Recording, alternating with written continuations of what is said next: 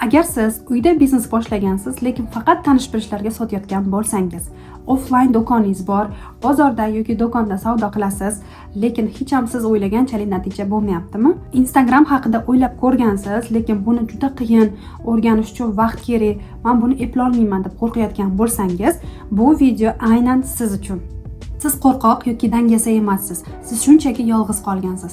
Sizga bu yo'lni bosib o'tish uchun oson va xavfsiz yo'lini hech kim sizga ko'rsatib bermagan. Meni ismim Nodira Kamilova. 4 yildan beri marketing va biznes sohasidaman va ko'plab o'quvchilarimni natijaga ham olib chiqqanman. Noldan biznes boshlaganlari ham bor yoki biznesi bor, onlayn biznesini sotuvlarini oshirganlar. Ya'ni maqsadim har bir insonga o'zini biznesida sistemali, tizimli biznesni qurishga, sotuvlarini oshirishga yordam beraman. Va oliy ma'lumotli marketolog, ekonomistman. Bugun bu videomizda sizlar bilan qanday qilib onlayn biznesga o'tish yo'llarini qadam va qadam ko'rsatib bermoqchiman. Keling, bugun sizlar bilan ochiqchasiga gaplashamiz. Nega faqat tanish-bilishlarga yoki faqat offline do'koningizda sotish sizni charchatib qo'ygani haqida. Birinchidan, cheklangan auditoriya. Siz faqat tanish-bilishlarga yoki do'koningiz oldidan o'tgan odamlarga sotishingiz mumkin bo'ladi. Kunlik daromadingiz esa sizni qoniqtirmasligi ham mumkin. Lekin onlaynda esa siz butun O'zbekistonga sotishingiz mumkin. Siz Toshkentda bo'lib turib ham Andijonga, Nukusga dastavka chiqarib berib ham ishlashingiz mumkin bo'ladi. Ya'ni sizni auditoriyangiz cheklanmagan bo'ladi. Ikkinchidan, jismoniy charchoq. Masalan, agar siz bozorda sotayotgan bo'lsangiz, yozda sovuq, qishda issiqda holingizdan toydiradi. Bu sog'lig'ingizga ham, oilangizga ham ta'sir qiladi. Yoki do'koningiz bor bo'lsa, doimiy o'zingiz offlaynda qarab turishingizga, hattoki o'zingiz ham sotuvchi bo'lishingizga to'g'ri keladi. Onlaynda esa sizning biznesingiz o'zingizning telefoningizda bo'ladi. Hattoki chet elga chiqib ketgan taqdiringizda ham siz bemalol onlayn boshqarib turishingiz mumkin bo'ladi. Uchinchidan, qarz zanjiri. Offlaynda tanish-bilishlar ko'p va bu tanish-bilishlar keyin berarman, qarzga berib tur degan jumlalarni ko'p aytishadi va siz qarzga berishga majbur bo'lasiz. Va hattoki u pulingizni oylab ham olmasligingiz mumkin. Onlaynda esa siz bemalol naqd pul bilan va oldindan to'lov bilan ishlaysiz. Keling, mana shu xatolarni birma-bir ko'rib chiqamiz, toki siz bu xatolarni qilmasligingiz uchun va chuqurlarga tushmasligingiz uchun. Birinchi xato bu oldin tovar olaylik, keyin sotarman deb biznes boshlash. Mana shu joyda biznesdagi eng katta xato va qimmatga tushadigan xato bo'ladi. Ya'ni siz Xitoydan yoki qaysidir joyda o'zingizga yoqqan tovarni sotib olasiz, bunga 500 ming dollar boshlang'ich pulingizni tikasiz, lekin sizning mijozlaringiz, sizning maqsadli auditoriyangizga boshqa narsa kerak. Ular boshqa narsani xohlayotgan bo'lib chiqadi va tovaringiz o'rtada muzlab qoladi, pullar to'xtab qoladi, motivatsiyasiz ham o'ladi va bu biznesni yopib qo'yishga to'g'ri keladi. Ikkinchi xato blogerlik bilan onlayn do'konni adashtirish. Ko'pchilik onlaynda sotish uchun o'zimni ko'rsatishim kerak, kameraga chiroyli gapirishni bilishim kerak deb o'ylashadi. Bu ham xato hisoblanadi. Onlaynda sotish uchun kameraga chiroyli gapirishim kerak, hayotimni doimiy blogerlarga o'xshab ko'rsatib berishim kerak deb o'ylashadi. Yuzingiz emas, sizning tovaringiz va uni foydasiz sotish kerak. Sotlab montaj qilish va layk kutib o'tirish bu biznes emas. Bizga layk emas, sotuv kerak. Uchinchi xato faqat tanish-bilishlar yoki qarindosh urug'larning ichida qolib ketish. Agar siz faqat tanish-bilishlarga, Telegram guruhingizda faqat qarindoshlaringizga sotayotgan bo'lsangiz yoki Telegramingizda statusingizga, rasmlaringizga qo'yib sotayotgan bo'lsangiz, sizning biznesingiz уже to'xtab bo'lgan. Chunki tanishlar doirasi cheklangan va doimiy sizdan qarzga berib tur, bo'lib to'lashga ber degan gaplar bo'ladi.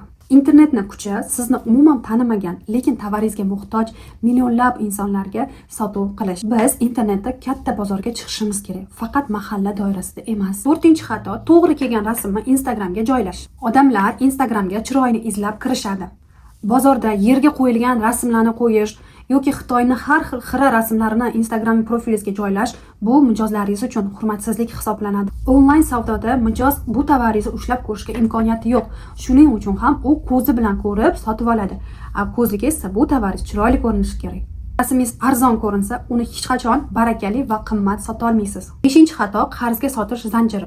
Ko'pchilik offlayndan onlaynga o'tgan bo'lsa ham qarzga berib qo'yadi. Mijozim qochmasin, mijozim mendan mamnun bo'lsin degan fikr bo'ladi va qarzga beradi.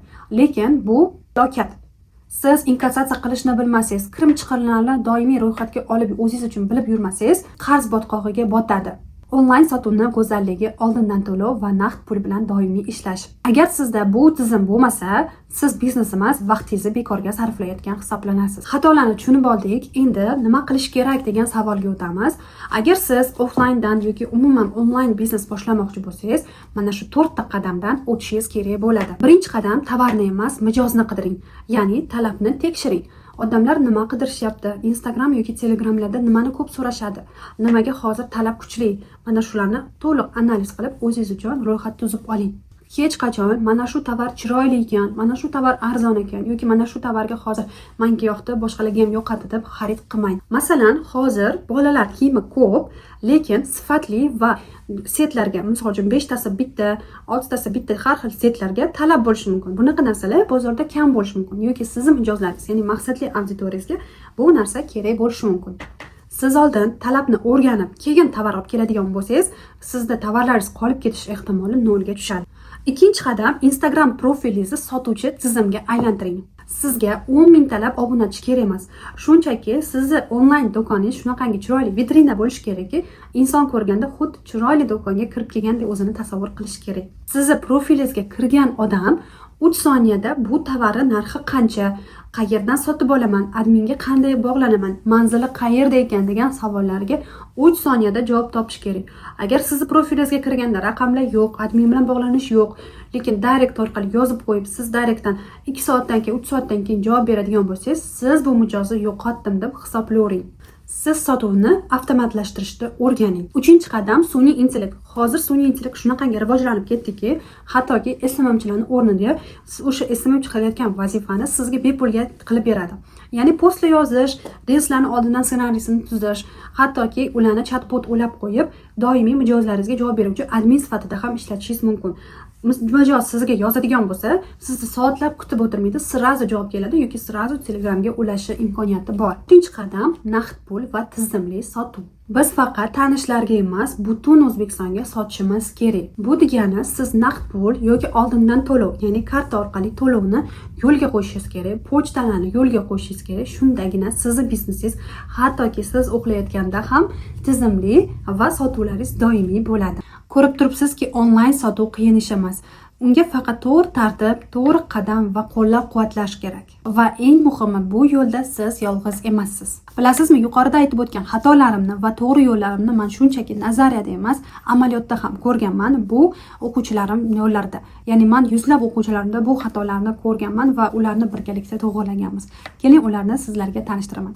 Masalan, Gulmira, ular boshida kelganlarida juda ham ikkilangandilar, biznes boshlashga qo'rquvlari baland edi, lekin to'g'ri tizim orqali va sotishni o'rganganlardan keyin hattoki uylariga odam sig'may qoldi. Boshda uydan boshlaganlar, keyinchalik do'kon ochib, hozirda turmush o'rtoqlari bilan birgalikda ishlashyapti. Azizim, 5 nafar farzandning onasi, oilaridan $200 qarz olib boshlagandilar. Eng muhimi, sotishni to'g'ri tizimini o'rgandilar va hozirda ularning ham offlayn do'koni bor. Turmush o'rtoqlari bilan birgalikda bizneslarini kengaytirishni boshladilar. Agar siz noldan biznes boshlamoqchi bo'lsangiz yoki biznesingiz bor, lekin sotuvlaringiz kam, tizimli onlayn sotishni o'rganmoqchi bo'lsangiz, sizni 3 haftalik biznes onlayn kursimga taklif qilaman. Bu kursimda siz noldan boshlab qanday qilib sotishni, tizimli sotishni, Instagram va Telegram orqali biznes yuritishni noldan boshlab o'rganasiz. Sizda ham shunaqa muammolar bo'lganmi? Tovaringiz bor, lekin sotuv yo'q.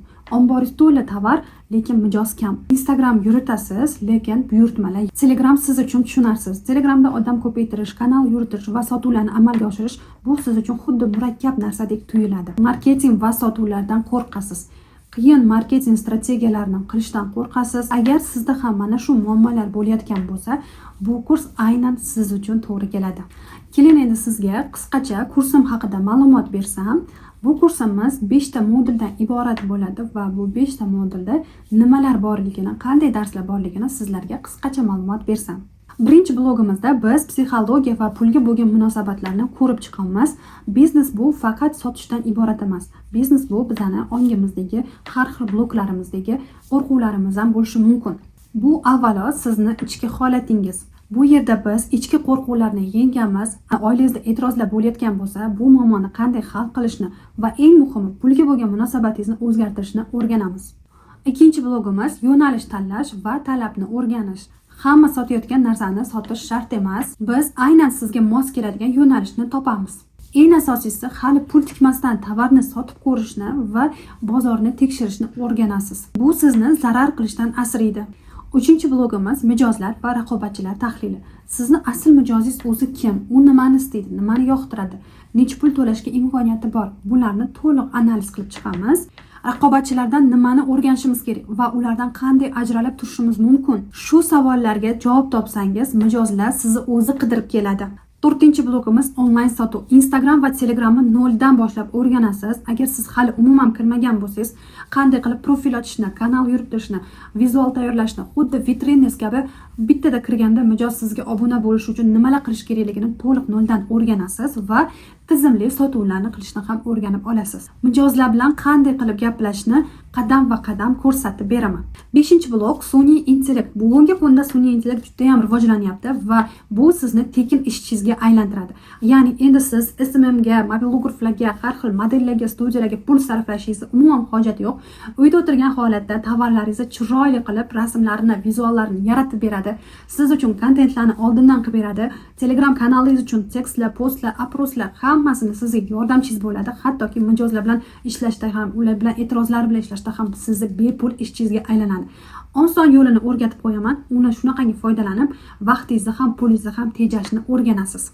Bu kursimiz 6-fevraldan boshlanadi va Telegram orqali adminlarga murojaat qilib batafsil ma'lumot olishingiz mumkin. Birinchi 50 ta odam uchun maxsus chegirmalar va bonuslar ham bor. Bonuslarimizdan biri bu Xitoy kursi. Birinchi 50 ta yozilgan inson uchun men Xitoy kursimni ham sovg'a qilaman. Bu sizga juda ham zo'r imkoniyat. Agar Xitoydan ham buyer sifatida ishlamoqchi bo'lsangiz, pul tikmasdan biznes boshlamoqchi bo'lsangiz, bu siz uchun juda ham zo'r imkoniyat.